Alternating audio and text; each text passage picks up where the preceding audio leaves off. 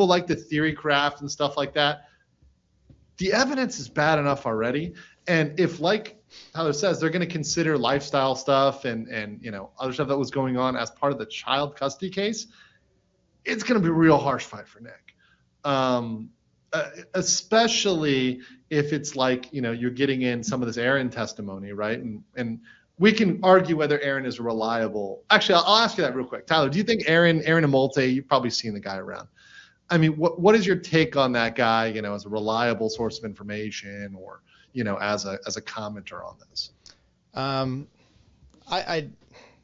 I was interested. I'd never heard of him before. And then this came out and I caught some stuff, and he was on a few shows. He seemed to be kind of almost like backtracking or asking for forgiveness, regretting a lot of that. But remorse. It's the guy that's in prison that's going to the jailhouse snitch that's going to testify. Yes. He's got reasons to be doing this, all up and down. He just said he settled his issue with he has an ex-wife with the kids, and then this April chick.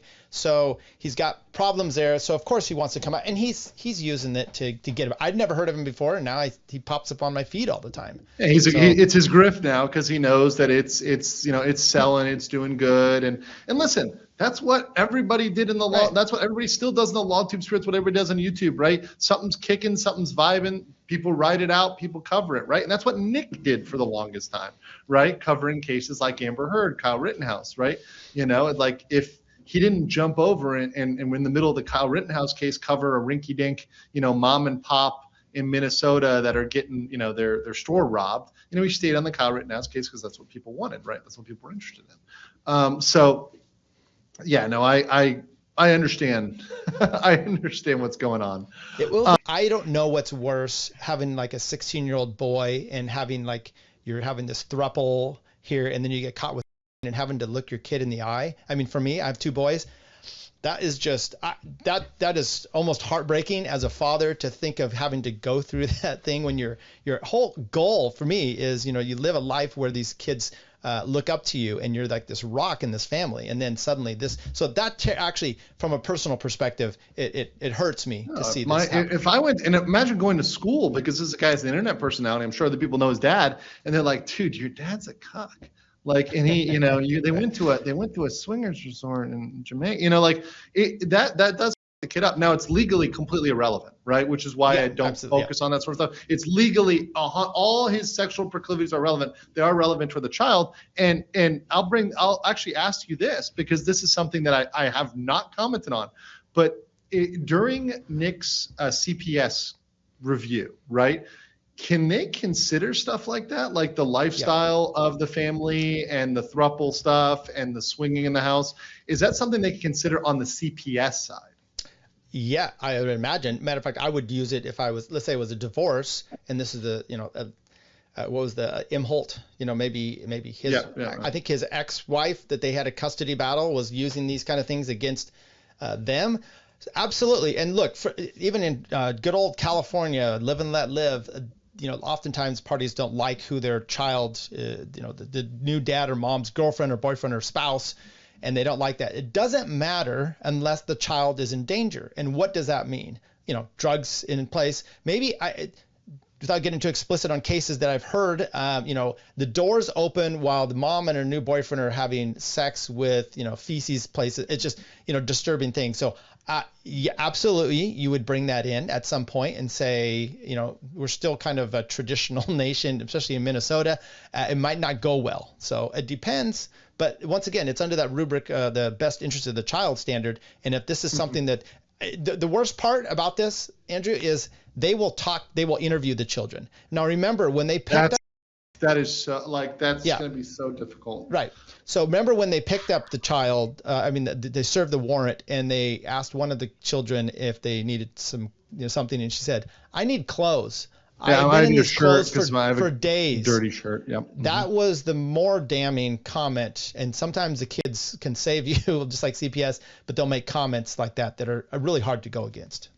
Yeah, and if we've got and of course we may not see it, but the court would see it, right? The evidence of that statement, right? So like, even if a statement, for example, when we get the body cam footage, any things the child says, and the child's going to be redacted, right?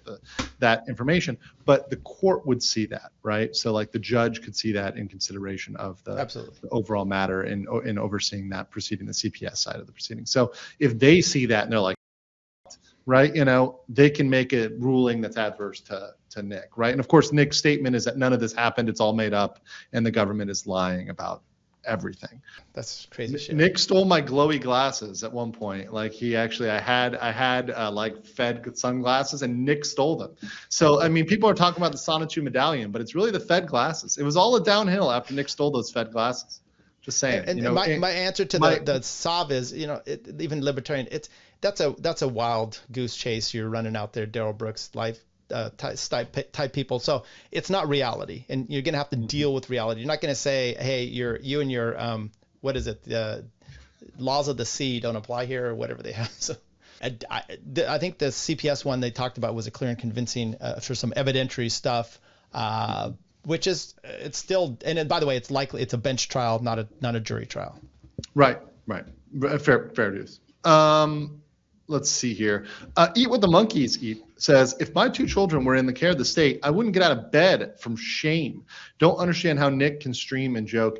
Look, I get that at this point it's his job, right? So like, Tyler has a job that he does. I have other things that I do, very regularly that generate income. Like, it's Nick's job at this point, right? And other than money that he may get from this trust fund, which I just found out about, I never knew he had one, right? Other than that, that's his source of income. So I think the problem with being a streamer is that you feel the need to stream. And when you feel the need to stream, you get in this habit of answering what your fans ask you to talk about, and they're going to ask you to talk about what other streamers are saying about your case. So that's what makes this so impossible for Nick. It puts him in this hard position because he's going to get spammed in the chat.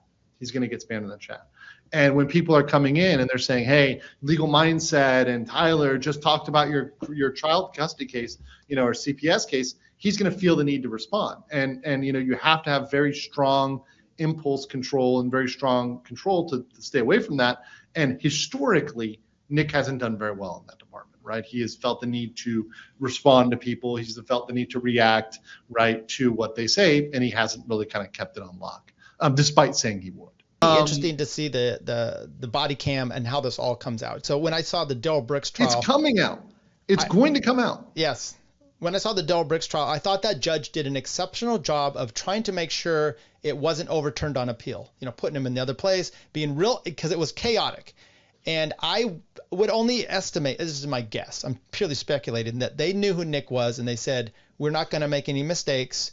Body cam, all the ducks in a row. You saw that with the charging documents and everything, the declarations that are coming out, the subpoena.